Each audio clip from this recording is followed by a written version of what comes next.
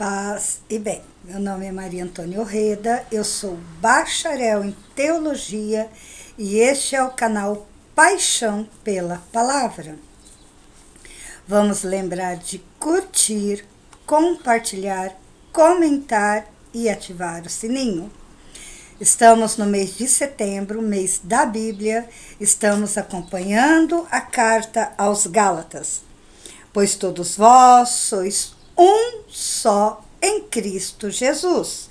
Gálatas, capítulo 3, versículo 28b. Gálatas, capítulo 2, versículo 10. Remate. A opção pelos pobres dentro da unidade.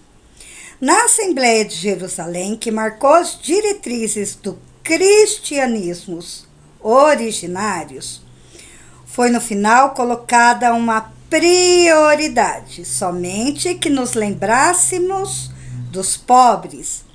E isso procurei fazer com toda solicitude. Foi um marco.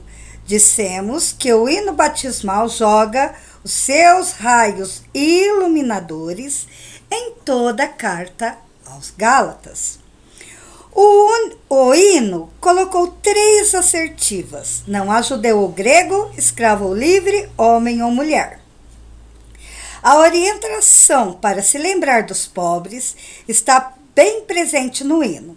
Sabemos que a questão do grego, conceito que abrangia toda a civilização helênica, e o Império Romano, absorvia a grande maioria do império no que diz respeito à pobreza, que o escravo, 2/3 da população do império, estava em situação abaixo da pobreza e que a mulher no sistema patriarcal mundial era oprimida na sua quase totalidade. E hoje não é diferente dessa época aqui, né?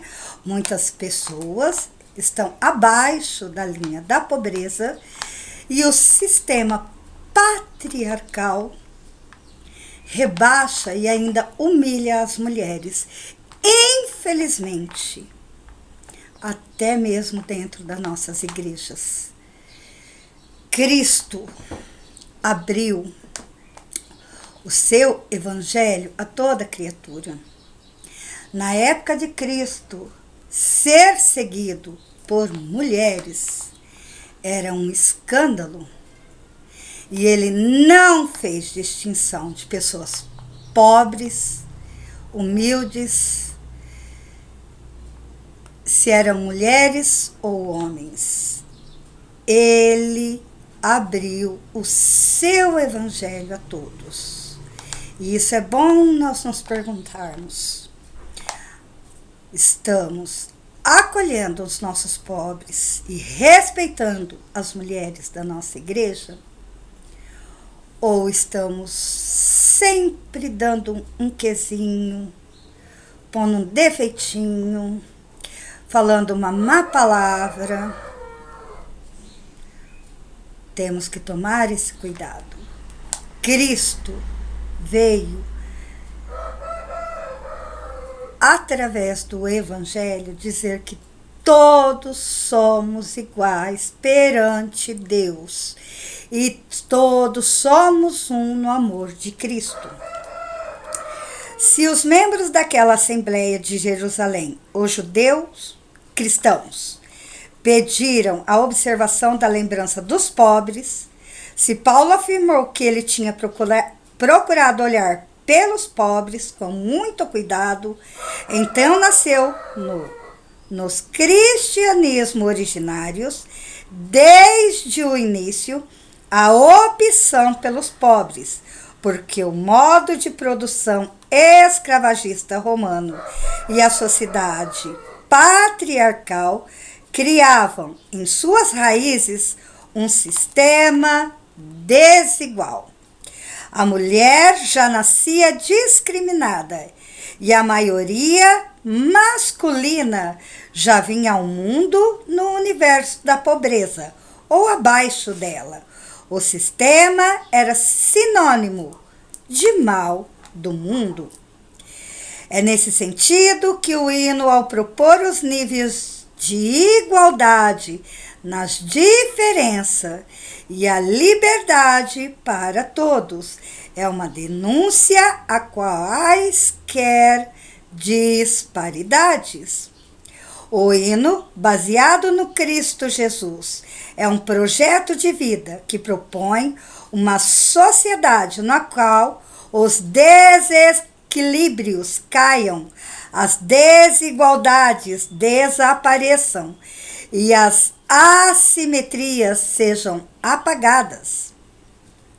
Sabemos que pensar em uma sociedade como essa dentro do Império Romano e da civilização grega era uma utopia irrealizável. Mas, então, os primeiros grupos dos cristianismos originários não tinham os pés no chão. É claro que eles conheciam a realidade da contradição mundial. O sonho era uma proposta para os cristãos. Por quê? Exatamente por causa do final do hino. Pois todos vós sois um só em Jesus Cristo. Fazer a proposta da unidade para o esquema massacrante romano era ser lunático, entre aspas. Entretanto, anunciar a possibilidade da unidade para os cristãos era compreender o anúncio profético a todos que fossem batizados. Na opção pelos pobres, retificada pelo hino batismal e consolidada na Assembleia de Jerusalém, vê-se agora que aqueles que eram silenciados, gentios, escravos e mulheres, pelos poderes, passam a ter espaço para agir como cristãos e ter voz para proclamar o Evangelho. Tornam-se protagonistas na eclésia, igreja, modo de viver dos cristãos originários. É o lugar no qual a unidade faz com que todos sejam livres e iguais diante do Cristo Jesus. Só a unidade faz com que a Igreja de Cristo seja livre diante de Cristo Jesus. Livres e iguais. Em Cristo, no seu Evangelho, no amor de Deus e de Cristo por cada um de nós, nos faz iguais e livres. E isso devemos meditar. Estamos respeitando essa liberdade, essa igualdade, ou estamos querendo nos posicionar e ser mais que Deus? Querendo ditar aos nossos irmãos como eles devem se portar, falar, conversar, agir. Vamos lembrar que Deus deu o livre-arbítrio. E vamos lembrar de praticar a nossa liberdade na unidade de iguais em Cristo Jesus. Até o próximo vídeo.